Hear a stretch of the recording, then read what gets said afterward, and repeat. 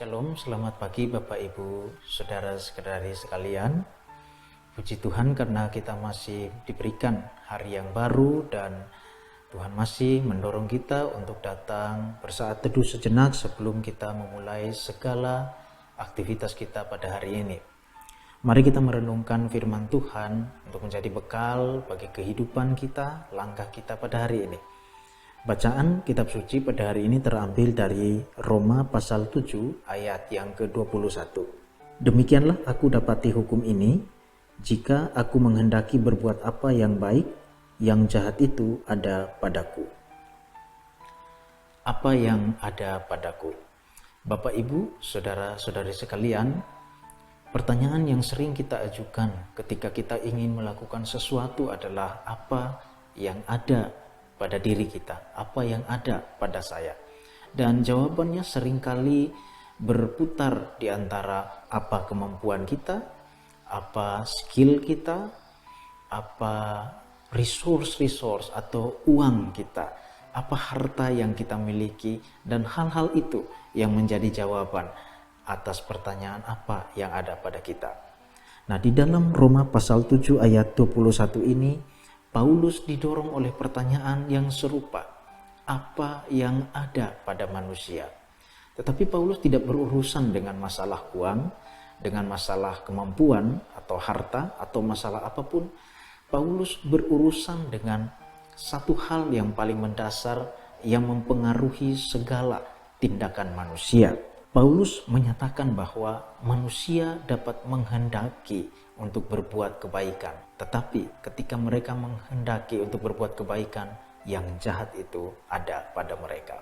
Kalau kita membaca pasal 7, Paulus jelas menyebutkan bahwa yang jahat itu atau dosa itu memanfaatkan bahkan hukum Taurat untuk membawa manusia kepada kematian.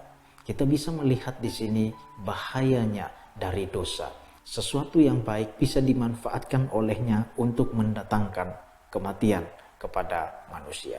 Di dalam Roma pasal 7 ini tampaknya Paulus mengingatkan umat Tuhan untuk dapat berwaspada karena dosa dapat memanfaatkan tindakan baik atau keinginan baik kita untuk menjerumuskan kita.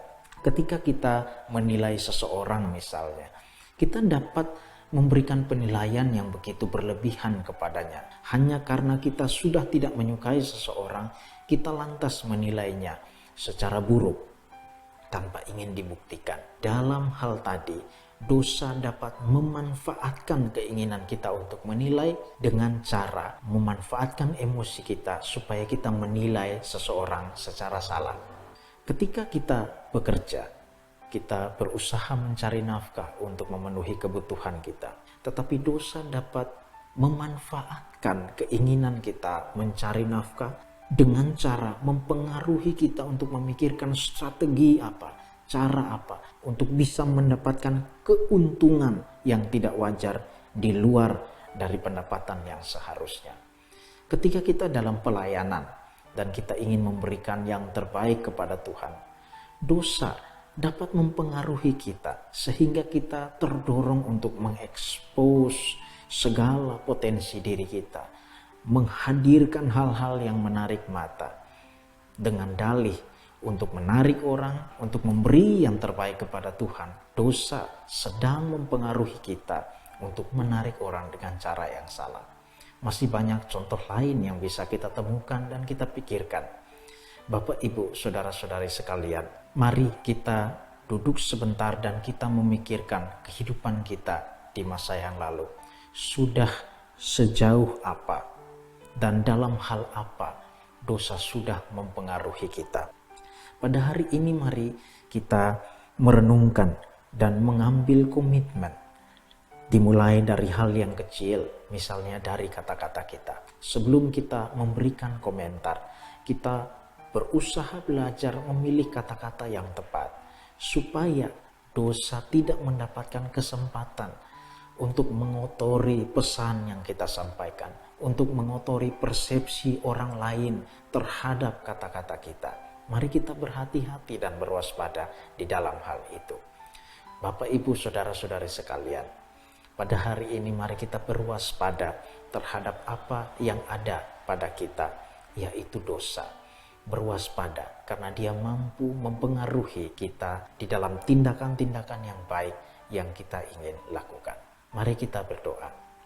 Bapa di dalam kerajaan surga, terima kasih karena kami boleh belajar pada saat ini tentang dosa yang ada di dalam diri kami yang mampu mempengaruhi tindakan kami, mampu mempengaruhi segala keinginan-keinginan baik kami, sehingga akhirnya melahirkan sesuatu yang buruk. Tuhan, tolong kami berwaspada di dalam perkataan kami, di dalam segala tindakan kami, supaya kami berhati-hati, supaya kami tidak memberikan celah bagi dosa untuk mengotori tindakan kami, perkataan kami, dan pikiran kami. Tolong kami Bapa, ampuni kami demi Kristus kami berdoa. Amin. Bapak, Ibu, saudara-saudari sekalian, jadikanlah firman Tuhan sebagai penuntun bagi setiap langkah, kata-kata, pikiran, dan keputusan kita hari lepas hari. Tuhan memberkati saudara sekalian.